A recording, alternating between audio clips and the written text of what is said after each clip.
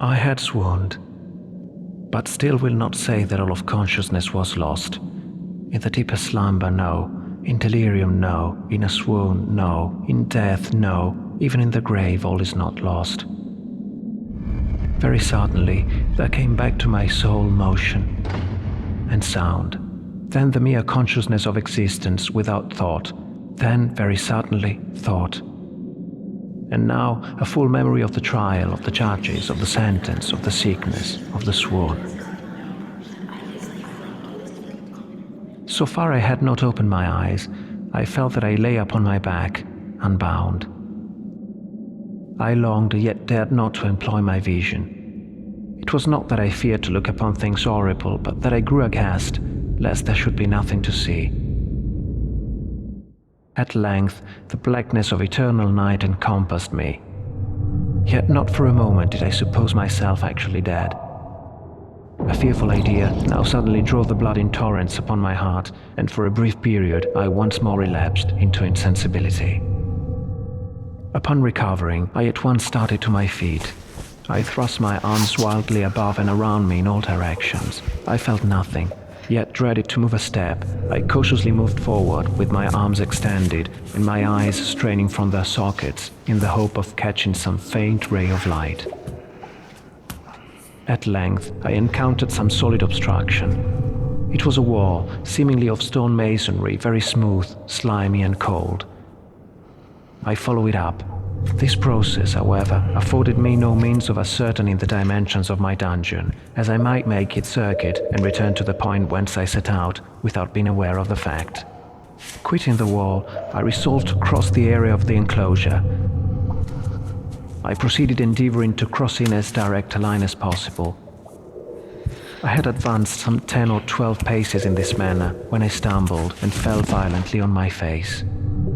Immediately, a somewhat startling circumstance arrested my attention. It was this: my chin rested upon the floor of the prison, but my lips and the upper portion of my head touched nothing. At the same time, my forehead seemed bathed in a clammy vapor, and the peculiar smell of decayed fungus arose to my nostrils. I put forward my arm and shuddered to find that I had fallen at the very brink of a circular pit. Groping about the masonry just below the margin, I succeeded in dislodging a small fragment and let it fall into the abyss. I saw clearly the doom which had been prepared for me and congratulated myself upon the timely accident by which I had escaped. Another step before my fall, and the world had seen me no more. I groped my way back to the wall, resolving there to perish rather than risk the terrors of the wells, of which my imagination now pictured many in various positions about the dungeon. Agitation of spirit kept me awake for many long hours, but at length I again slumbered. Upon awaking and stretching forth an arm, I found beside me a pitcher of water. A burning thirst consumed me, and I emptied the vessel at a draught. It must have been drugged, for scarcely had I drunk before I became irresistibly drowsy. A deep sleep fell upon me, a sleep like that of death. When once again I unclosed my eyes, I found that my personal condition had been greatly changed during slumber. I now lay upon my back on a species of low framework of wood. To this I was securely bound by a long strap. It left at liberty only my head and my left arm to such extent that I could supply myself with food from an earthen dish which lay by my side on the floor. The food in the dish was meat pungently seasoned. I heard a metallic noise from above. I looked up. Up there, I caught a glimpse of what I supposed to be a huge pendulum such as we see on antique clocks. While I gazed, I fancied that I saw it in motion. Its sweep was brief and slow.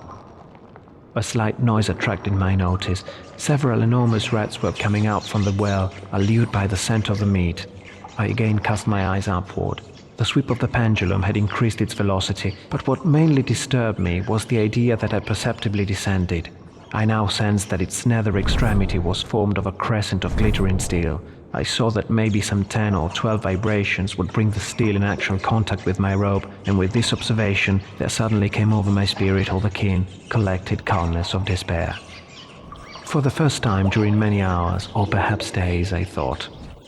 The immediate vicinity of the low framework upon which I lay had been literally swarming with rats. They were wild, bold, ravenous. They waited but for motionlessness on my part to make me their prey. With the particles of the oily and spicy viand which now remained, I thoroughly rubbed the bandage wherever I could reach it. Then, raising my hand from the floor, I lay breathlessly still. One or two of the boldest leaped upon the framework and smelled at the surcingle. This seemed the signal for a general rush. They hurried in fresh troops. They clung to the wood. They overran it and leaped in hundreds upon my person. The measured movement of the pendulum disturbed them not at all. Avoiding its strokes, they busied themselves with the anointed bandage. They wreathed upon my throat. Their cold lips sought my own. I was half stifled by their thronging pressure. Disgust, for which the world has no name, swelled my bosom and chilled with a heavy clamminess my heart. Yet 1 minute, and I felt that the struggle would be over. I perceived the loosening of the bandage. Know that I erred in my calculations. I at length felt that I was free. But the stroke of the pendulum already pressed upon my bosom. With a steady movement, I slid from the embrace of the bandage. The motion of the hellish machine ceased. Once again I looked up, shuddering as with the feat of the ague. There had been a change in the cell, and the change was obviously in the form. The room had been square. I saw that 2 of its iron angles were now acute, 2 consequently obtuse. The fearful difference quickly increased. The center of the cell, and of course its greatest width, came just over the yawning gulf. I shrank back, but the closing walls pressed me resistlessly onward. At length, for my body, there was no longer an inch of foothold on the firm floor of the prison. I felt that I tottered upon the brink. I closed my eyes. There was a discordant hum of human voices. There was a loud blast as of many trumpets. Now the walls shrank slowly back. An outstretched arm caught my own as I fell, fainting, into the abyss.